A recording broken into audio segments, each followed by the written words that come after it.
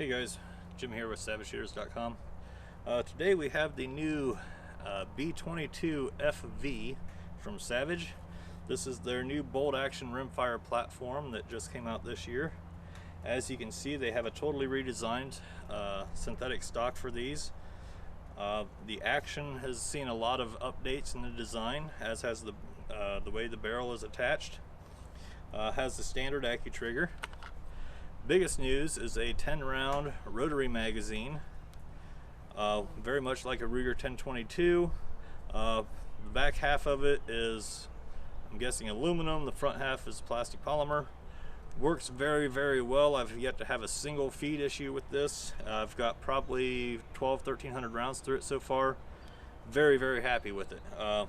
Loads easy, very similar to the A22, A17 magazines. We now have a tang safety, 2-position, and the bolt assembly on this is now more modular, like the Savage Axis and the Savage 110. It uses a rear bolt assembly screw, and if you can make it out there, there is a cocking indicator on the inside, just like on the 110s. The front of the bolt still uses the same ejector and extractor setup as the old Mark I, Mark II 93R series rimfires. A little disappointed in that because the extraction has been an issue on those rifles. I was hoping to see Savage up the game there a little bit and resolve that issue, but maybe next year. 100% so far, no failure to feeds, no failure to ejects. Magazines worked great. Triggers great. Really, it's a very nice upgrade from the 93 Mark I, Mark II series. I'm gonna get back to shooting, and we'll see what we can do.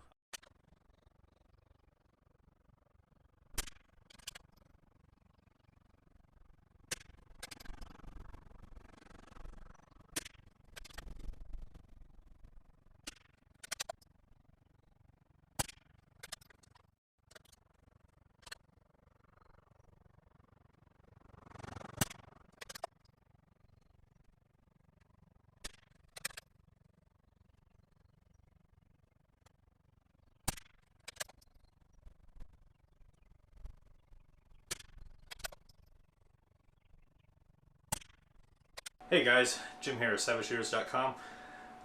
We finished up our range testing on the new Savage B22 FV in 22 long rifle. Just doing a little after action report for you here.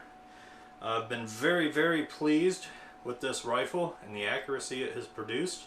I'm going to show you some targets here in a second, but I have to say, I was never really impressed with the old Mark I, Mark II 93 rifles.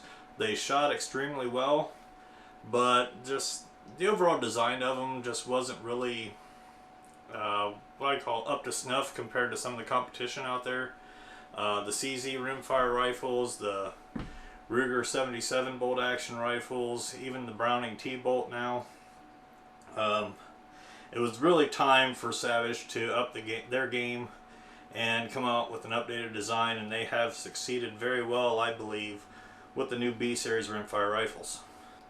One thing that I know everybody's going to want to know about is how well did the new 10-round rotary magazine perform. I'm very happy to say that I had 0 failure to feeds with this magazine. Very happy with the stock.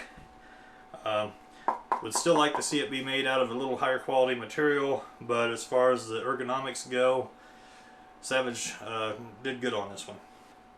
Like pretty much all Savages these days, the new B series rimfire rifles come with the AccuTrigger. Out of the box, this one was set right at 2.5 pounds. I was able to adjust it down to 2 pounds 4 ounces, as low as it would go. Very nice, very crisp. As you can see here, the rifle is unloaded. Safety check for the safety Nazis. And very light, very crisp pull and brake on it. Very minimal over travel. Very nice trigger. There's no excuse. You can't blame the trigger for not being able to shoot tiny groups with this gun. So enough talking about the new rifle itself. Let's see how it's shot by looking at some targets. Hey guys. For all of you that complained in my last review video that I didn't show any of my targets because you're too lazy to go read the article, today you're going to get target overload.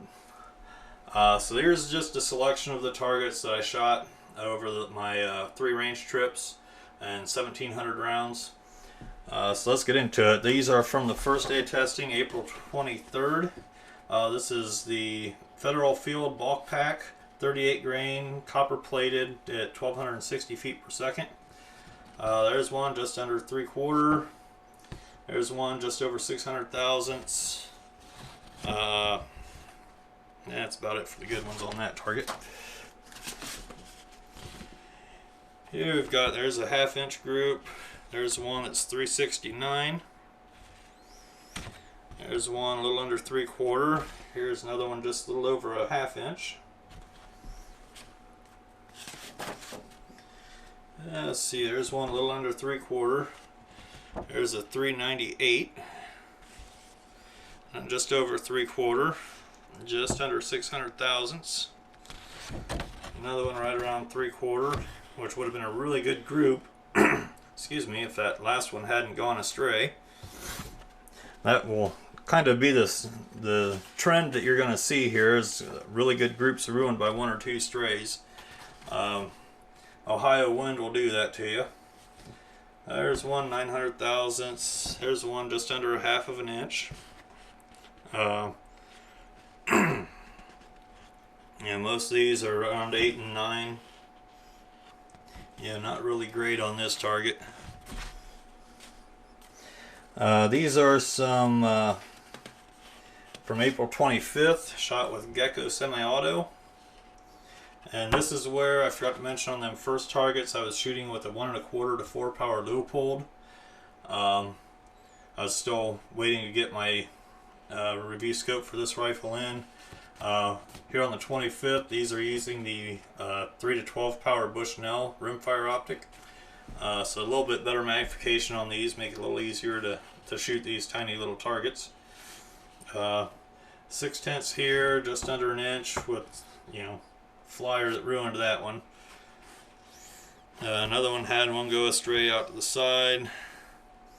You know, here's just over 1/2 inch with 2 little clusters.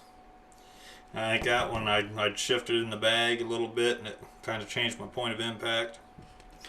Another group, a couple just fine. Here's a 1/2 inch group where one dropped out. Like I said, those strays are going to be the story of the day here. This is CCI Select, shot on the 25th. This was by far probably the most consistent ammo and shot some of the best groups. Just under 3/4. There's a 1/2 inch. There's a 1/2 inch. There's 360 thousandths. 604 thousandths. Just over a 1/2 inch. 600 thousandths on the button. Just under 400 thousandths. 473 thousandths. The one cut out here is this little monster that just annoyed the heck out of me. That last one, that last shot went high on me. Otherwise, if you don't include that last shot, that would have been about a .087 group. Yeah, that ruins your day. What we got up here next? Federal Hornady Match, 40 grain at 1,200 feet per second. Shot on the 25th with the 12 power scope. There's a 644. There's a 532. 462. Little under 1 inch. 843. 783. There's 601. Some more of the Federal Hunter Match. There's 590. 487. Just under 1 inch. There's 561. 629. Yeah, 651 down here on the bottom. Now we're back to some of the Federal Field Pack Bulk Pack. This is the 38 grain copper plated. Just under 3/4, 805. 721, 700 on the button. Anything else good? There's a 710 and a 562 down here on the bottom. Alright, now we got some Ely Club. If I remember right, this is about 1085 on the velocity. Best group shot with the rifle to date is a 325 with the Ely. There's 628, 425. There's just under an inch, 580. This is more of the Ely Club. There's a 613, 646, 807. There's a 529, 645, just under an inch. There's a 599, 703. Alright, getting down toward the end. You guys tired of targets yet? You guys that complained on the last video? Alright. Here's a 649. This is with Norma-Tac 22. 697. 826. There's a 479. 473. That is about an inch and a quarter. 673. Nothing great in the rest of the year. It's about 3/4 of an inch. But again, you know, nice small cluster ruined by 1 or 2 shots on a lot of these that opened up. Some more of the Norma-Tac 22. There's a 790, 459, 675, 578, 599, 587. 561. Last one, CCI, standard velocity 40 grain at 1,070 feet per second. There's a 586, 356. That's one of the better groups with the rifle. 546. There's a 352, 564. Just under an inch. There's a 535. Just over 800 thousandths, just under 700 thousandths. Again, real nice tiny group with 1 outlier. Again, you know, 3/4 of an inch. Real nice tiny bunghole with 1 outstanding shot. You know, another good one at around 800 thousandths. Got that 1 outlier that ruined that. Here's another spoiler, 794, 4 in 1 little hole, 1 outlier. You know, 672, 557, again, another outlier.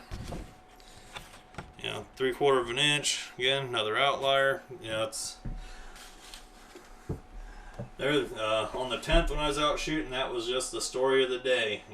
Great group spoiled by 1 or 2 shots. So there you have it, you guys that wanted to see targets. I hope you got your fill.